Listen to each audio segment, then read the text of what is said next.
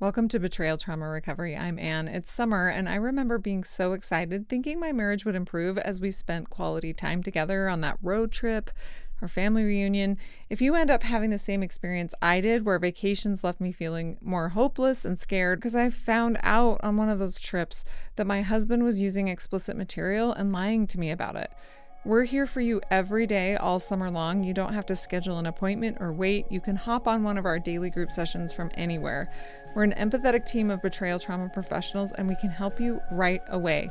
Our daily group session support is the safest space for women to focus on their healing without fear of being traumatized by a therapist or clergy who might seem to think that you're part of the problem. You're not, and you're not alone.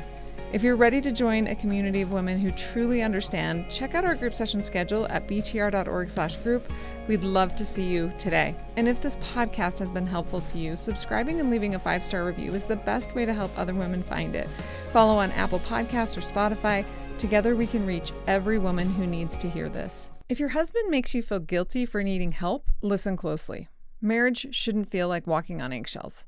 I have Ingrid Clayton on today's episode. She's a clinical psychologist and trauma therapist in Los Angeles, California, and the author of the memoir, Believing Me. Before Ingrid and I start talking about this, here are 5 ways narcissistic abuse hides in marriage. Number 1, you're constantly second-guessing yourself. The gaslighting will make you doubt your memory, your instincts, even your sanity. You may start asking, is it really that bad? Number 2, he makes big promises but never follows through. And it sounds like, we'll go to Italy next year, or, yeah, I totally support you going back to school, just not right now. All smoke and mirrors, they keep you hooked.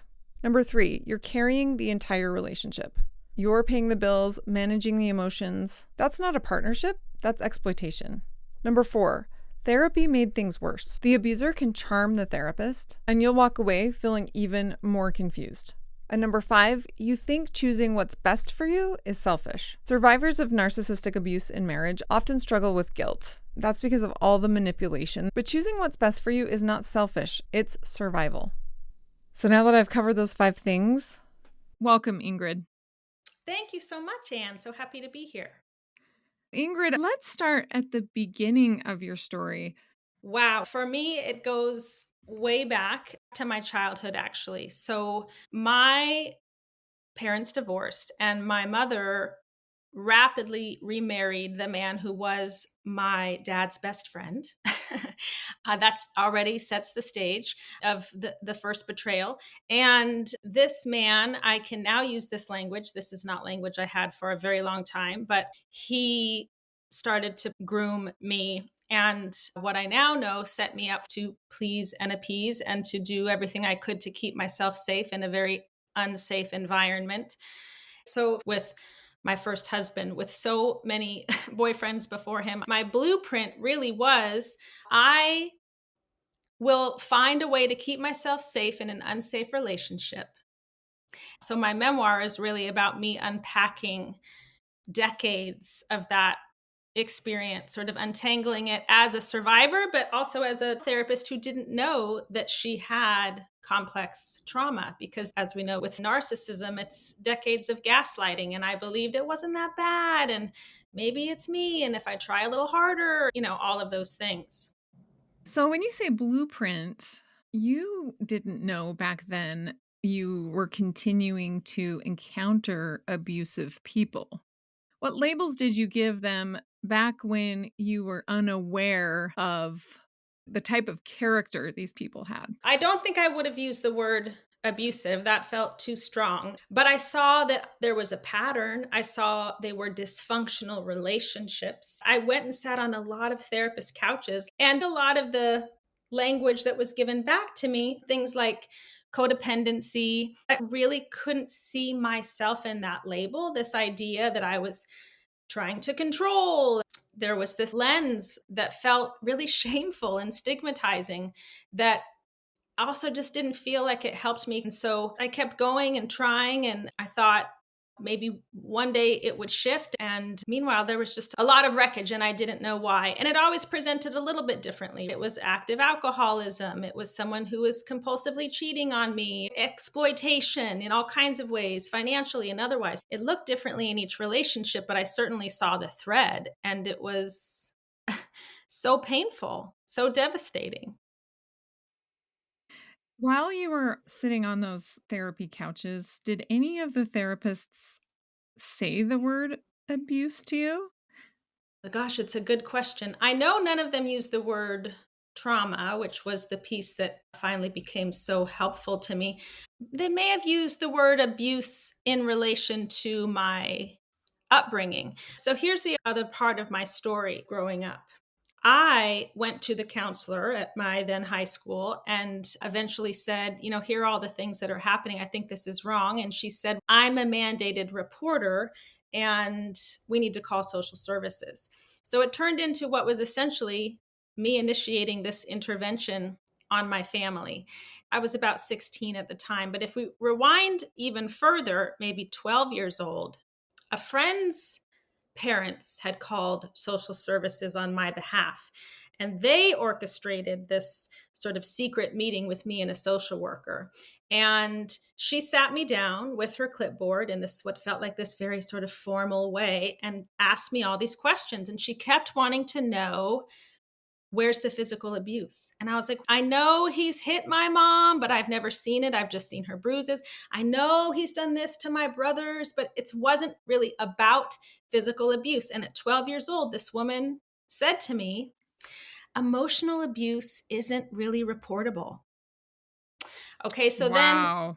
I get to 16 years old and here we are. I have a counselor who's taking me seriously and she's saying, I'm a mandated reporter. We got to bring social services in here. And what happened then is they brought my stepdad in and he said, Ingrid, you're a liar. You made this all up. I have no idea what you're talking about. This is all a figment of your imagination. And then we turned to my mom, who basically said, I believe him.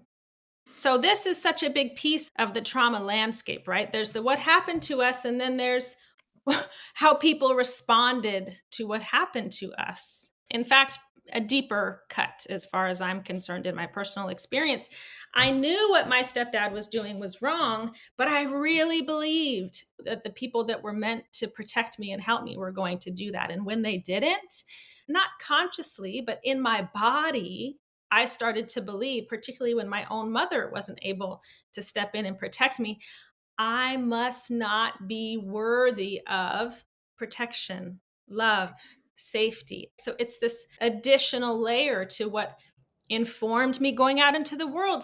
I wasn't experiencing physical abuse in any of my relationships. So it's not like I went to a therapist and said, oh, here's my experience. And they were trying to reflect that back to me as abusive. I was talking about cheating or unavailability, but I don't think they were using that language. But they were discounting you to the point that you thought you were not worthy of protection. But was there also a part of you that thought, maybe this isn't abuse? Like maybe I'm making a mountain out of a molehill, or maybe I'm crazy, or maybe this is my Yes, fault? I would say both things became true. This is where I picked up on those storylines, and I really wasn't sure.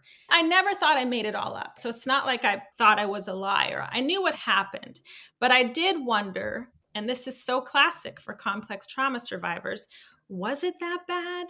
Like we all walk around with this trauma measuring stick. I can think of someone else who had it worse, so suddenly mine doesn't really count. And the thing that we know about trauma is that it's not even about the traumatic event. It's how the traumatic event overwhelmed your nervous system.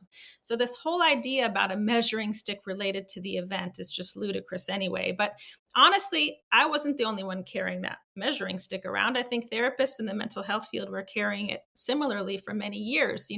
Trauma was related to acute single events. It was related to veterans, which meant it was largely related to men.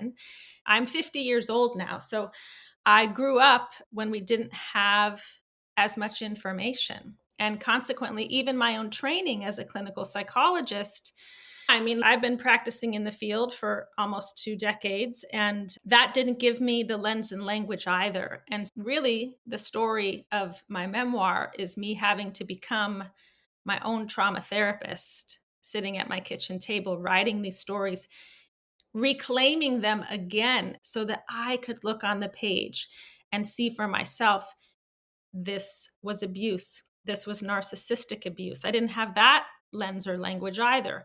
I'm so grateful that I received this call to write in this fast and furious way that wouldn't let me go no matter how much I tried. I also think it's the most heartbreaking thing that I've been asking for help since I was a little girl. And I had to wrestle it for myself all alone at my kitchen table. All of my listeners would relate. Every single one of them, because they didn't know they were being abused, and they did what they were supposed to do. They were resisting oppression, they were resisting the abuse. They didn't know that's what they were resisting, but Yeah. so they went for help, right? They went to clergy, they went to their therapist, and it wasn't named as trauma. Instead, maybe in couple therapy, just for example, they're told, "Okay, let's improve your communication strategies. Let's figure out how to." Knit this relationship back together. I think that's unfortunate. A couple comes to them and they're saying, we're having difficulty. There's this idea in couples therapy. Obviously, they're coming because, in part, they want to work on their relationship. They probably believe that it's salvageable. And as an individual therapist, I've had to call my client's couples therapist. Do not mistake her boyfriend's ability to charm you in session for this being a repairable, healthy relationship. The victim does not know that she's a victim, That's and the right. perpetrator is never gonna be like, "Hey, I'm a perpetrator." I'm the problem. Yeah. He's never gonna say that. That's right. Yeah. It's a painful reality that we ask for help and the help is not helpful. Oftentimes it's even more harmful. Yeah, it's really hard. So, let's talk about your relationship before you understood it was abuse. What did you think was going on? I kind of want to start by saying that I felt like marriage was the thing that was going to give me the stamp of approval that would finally make me okay. So if I wasn't chosen by my parents, I had this deep need to be chosen by somebody else. It's another aspect of the blinders that I had on. And so when I met my ex husband, there were signs, what other people would call red flags. So I saw these things, but I simultaneously did not see them. And so I was racing towards this finish line of wanting and needing to be married. You mentioned that desire to be loved and to belong. Was it also external? Did you grow up in a religious setting where marriage was part of the equation to happiness? Did that idea of marriage also come from an external source? Yeah, I mean, look at every movie and TV commercial, right? It's everything I grew up with. And I experienced this even going to graduate school as a woman and getting my PhD. You would talk to people and you would tell them about your studies, and they would be like, "Oh, so tell me about your relationship status." Right? It didn't almost matter what else I was doing. I felt like I was still sitting at the kids' table, the kids' table of Thanksgiving until I was partnered up. So it was a million subtle cues from the larger environment that, of course, impacted what was also this internal trauma response, right? Like this need, this drive to be validated. And it attached itself to this idea of marriage. And actually, when we got engaged, my ex husband wanted to be an actor and he wasn't working. And we entered into this arrangement of living together. It was like suddenly he just started pulling back more and more, where it's like he's not contributing to our overhead. But the mask that he continued to wear more overtly was, we are the most happy, loving couple ever. People see our energy and they're so jealous of our love, right? This sort of love bombing slash sort of future faking, like it's going to be so amazing. So the overt mask was still, we're incredible. But at the same time, he starts not contributing to our bills. And I'm saying, like, what would you do if you were living alone? Wouldn't you feel like you had to be responsible for yourself? Because at the time, I'm in graduate school, I'm living on student loans. I certainly wasn't taking out student loans to support another person who just stopped working. So I would bring these things up in this very sort of neutral way. Hey, I see this happening. And if he didn't immediately like agree or change, it was like, okay, I brought it up. He says he wants to work. He says he's trying. So I guess that has to be enough. So I just start to kind of swallow it down and accommodate what is his really financial exploitation. Fast forward to where we got engaged and he proposed with this little silver, kind of like a dime store ring, as like a placeholder for an engagement ring. And we went shopping for an engagement ring, and we get to the counter and we see this one, and isn't amazing, right? Like, I feel like I'm living in this jewelry commercial. It's like, here it is this the one? And he turns to me in front of the salesperson and says, if you put it on your credit card, I'll make all the payments. And I was devastated and embarrassed. I thought, what does even the salesperson think of me right now? A, that I'm being put in this position, and B, I'm about to hand over my credit card. And I know at the same time in my body, it's like, no one can ever know. So part of what allowed me to know there was abuse, my ex-husband was pretending that he wasn't pretending. That's like our whole relationship. I was like, okay, I'm going to hand over my credit card. And of course, he never made a payment. We never brought it up again. Eventually, I came to see that he was probably drinking and smoking pot all day in our apartment when I was off at work. And I am a recovering alcoholic. I almost have 30 years of sobriety now. I forget what it was then, but I had a big chunk of time under my belt. I know alcoholism, right? I grew up also with addiction. I knew that I was uncomfortable with some of his drinking. I literally didn't have any idea that he was using to the extent that he was. So just all of the secrecy and the lies and the layers of deceit, it just started to pile up until it was only a year into marriage. I'd never had this conscious thought before, but suddenly I knew I have to go open the hall closet. And I opened the hall closet door. I saw a suitcase tucked behind, like boots and all kinds of things. Again, never a conscious thought, but my body knew, you got to go open the closet, drag that suitcase out from the back, open it up, and there were all the vodka bottles. So I finally had this evidence, this, oh my gosh, this is part of what's going on. And it wasn't something he could talk me out of. Like, oh yeah, I'm trying to work, and oh, I'm getting a job tomorrow, or whatever it was. It was like, I had this concrete thing.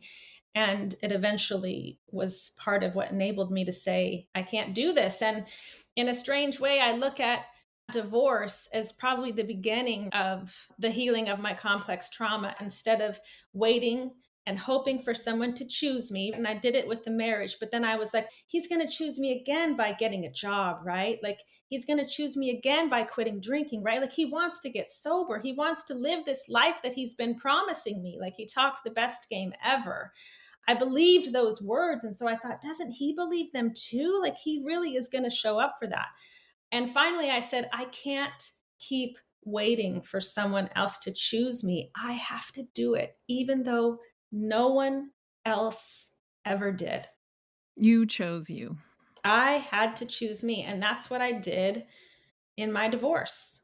And that puts a nice bow on it, which is a true one. I really believe that I got so much freedom through walking away, but it's not to say that it wasn't excruciating, because at the same time, I believed in my then late 30s that I blew it. This was my one chance to have a family, the thing I always wanted. It felt like instead of getting that stamp of approval, I was wearing the scarlet letter, a thing that said damaged goods. What I had to wade through in terms of that pain and shame was enormous. And yet it was one of the first things that really freed me. Yeah, we heal so much through choosing ourselves.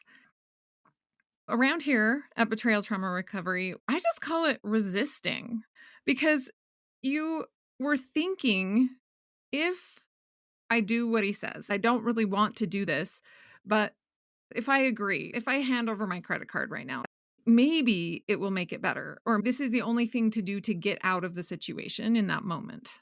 It is a form of resistance, because you're thinking this is what I need to do to get this over with, or this is how I work through this, because we don't really have a framework for, oh, I just walk out of the jewelry store. No one's really given us that framework for a solution, because that doesn't feel safe either. Is he might get angry, there might be all sorts of other consequences. That's right. And so it's a way of resisting abuse. So understanding that victims are doing the best they can with Yeah. that they have, and also with the level of education about abuse that they have at the time. Yeah. These aren't conscious at all. It's the body's instinctual response to safety. It's kind of the last house on the block, because if you can't fight back, if you can't run, guess what? Appeasing and pleasing is resistance. It is an adaptive response to being in, and listen, it's not just abuse, it's any marginalized community, any sort of power structure where someone has power over you. It's a highly adaptive response. I am a smart person, right? I did go and ask for help. And so the other reason I think it's important for me to address it as a trauma response is because what that means in terms of my healing is that it's with the nervous system. It's not going and sitting on a couch and talking about it forever. That, in fact, kept me stuck. It's working with a part of the brain that was offline. We need to work with solutions that work with the body when it comes to trauma. It's why actually I don't like the word people pleasing or, control. My motivations were never to please and they were never to control. I was trying to stay safe in an unsafe situation. I was trying to survive. Of course, boundaries made sense to me intellectually. Of course, I can understand those things. They were not available in my body. They were not available in my body. It's another layer of gaslighting, essentially, because it's telling me like, oh, it's so easy and what's the big deal? And it must be you. It must be you. It must be you. This idea that we are intrinsically broken. And I believe we are beyond not broken. It's a genius adaptation. I look at the ways that we have threaded the needle of safety in the trickiest of environments and I go, that is brilliant. There's a literal brilliance to it. And so my hope is that we can take back the brilliance and the genius adaptation and hold on to that. Even as I say those words, I feel like self-esteem rushing into my body. I go, I am not broken. I am brilliant. And I don't want to live in a chronic trauma response anymore. We are meant to have more freedom and flexibility. So we have to start with taking the shame and the stigma out of experiences where we're literally just surviving the environments that we're living in. And for that reason, that's why I like saying resisting, because you were doing something active to protect yourself. It was the best thing that you knew at the time. You were doing it instinctively. Think about how smart and how powerful and how awesome that you've always been. You mentioned future faking. I realized I've never done an episode about future faking or gone into depth about it. Could we go there for a second? The way that I experienced it, despite my ex-husband's literal inability to show up for this life that he was talking about, he talked such a good game. Like, you want to go to Italy? We're going to go to Italy. Let's start saving for Italy now, he said. Let's go open a savings account where we just put money in for this trip to Italy. And I'm like, another form of the financial exploitation, but it's also an aspect of this future faking. We're going to do all of these amazing things. It's presenting your hopes and dreams and literally saying it out loud, even it feels so tangible. Someone to meet us, to validate us, to say, yes, we're going to do this together. It's so compelling. It's so compelling. It was to me. And even though he didn't really bring much at all to the marriage, it hooked me. It's another aspect of sometimes hoovering, even, right? Of saying all the things that you want to hear to get you back in. It's going to be different. I'm doing all these things. And he did that too. Like, I'm going to get sober. And I went to a meeting. I went and took an application. And they were one-time events that he did just enough to show me, similar to opening the savings account. I'm going to tell you, in fact, that you can have this expectation that all of these things are going to happen. And then I'm not going to really do anything other than this little thing to get you to change your mind. Abusers are transactional, like a machine, and their words are like quarters. So he thinks all I need to do is put this quarter in. I say, hey, let's go to Italy. I put this in, and then beep, boop, out comes what I want her to do. They don't see us as human people. More of, this is a transaction, and I say this, and I get this back. I would even say calling it a quarter is giving it too much credit. I mean, it's like a wooden nickel. It's all smoke and mirrors. It's a part of what also creates, the fog of emotional abuse. You can't tell what's real. I had to stop listening to what my stepdad said happened, what my mom wanted to believe happened, what my ex-husband said he was doing or was going to do. Almost at any cost, I had to prioritize my own experience, my own feelings over anybody else. You're very brave. You did it. Yeah, I feel like my whole life has been trying to wrestle me back. And I'm mostly just grateful that I don't live there now. I don't question my worth. I don't question my sanity. I know what I know. I know what a reciprocal relationship feels like. I have a husband who has never lied to me. And you talk to people who don't have experience of abuse and they're like, that's just normal. Of course you should expect that. And guess what? I never had a relationship where I could say that before. I never knew what that felt like in my body. In my first marriage, the truth is, the closer we got to the altar, the more I was like, I don't know that I'm doing the right thing. And then I could lean on, this is what happens. It's cold feet. I look back and I go, that was not cold feet. That was wisdom bubbling up to the surface. And I don't know that every quote unquote healthy marriage isn't hard, but I can tell you the contrast is remarkable in my personal experience. It's night and day. And I will also say the difference in how it felt when we met was remarkably different. I was so used to the feeling of someone having power over me. And I think this is common. We can mistake that unsettled feeling of nervous system dysregulation for butterflies. It's so exciting, right? I genuinely thought that was healthy chemistry. I was like, oh, I got that feeling. Now I know that's a dysregulated nervous system. So when I met my now husband, who was so kind, I felt so at ease in his presence. I walked away and I was like, he would probably be a great friend. And I just assumed there would be nothing romantic because I didn't have that old fireworks, crazy chaos thing. And over time, I got to see this is what it feels like to be seen and respected and to not feel like someone has power over me, but that we're literally building something together.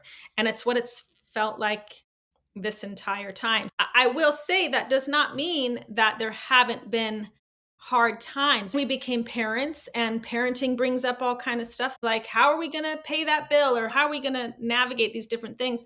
It's going to kick some dust up. Life is still in session, but he's my person that I can turn to when the dust gets kicked up. He's not kicking the dust up in my face and going, what's the matter with you? So we go through the hard times together, even when that means maybe I'm triggered and dysregulated and I'm having a hard time. And he can say the genuine, can you go take care of yourself? Because I'm going to go and take care of myself and come back. And then we're going to be able to have a conversation where I'm in my right mind. But at no point, I'm guessing, during that time, did he suggest that you were... If this podcast is helpful to you, follow or subscribe on your favorite podcasting app to help other women find it. You can also subscribe to this podcast on YouTube. While you're there, comment, give it a 5-star rating. That'll help bump us up in the algorithm. Thank you to those of you who have subscribed on YouTube or other places and commented and given us 5-star reviews, because that's the #1 way to get the word out to other women about this.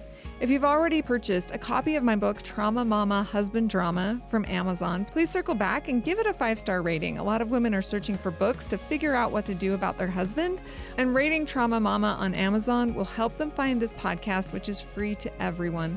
And of course, your generous donations keep this podcast going. Go to btr.org, scroll to the bottom, and click on Support the Podcast. And until next week, stay safe out there. Crazy. Never. No, of course not. Yeah, very different.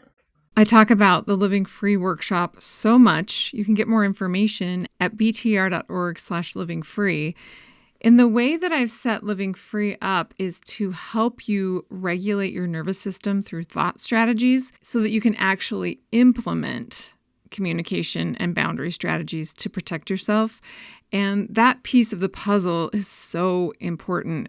The workshop helps teach women those strategies, and then our coaches help women actually implement them. 100%.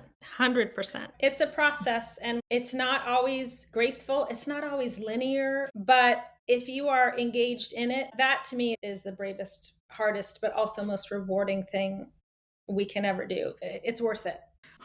It is. It's worth it, and you are worth it. You're worth it. Thank you so much, Ingrid, for spending the time to talk with me today. My pleasure. Thank you so much.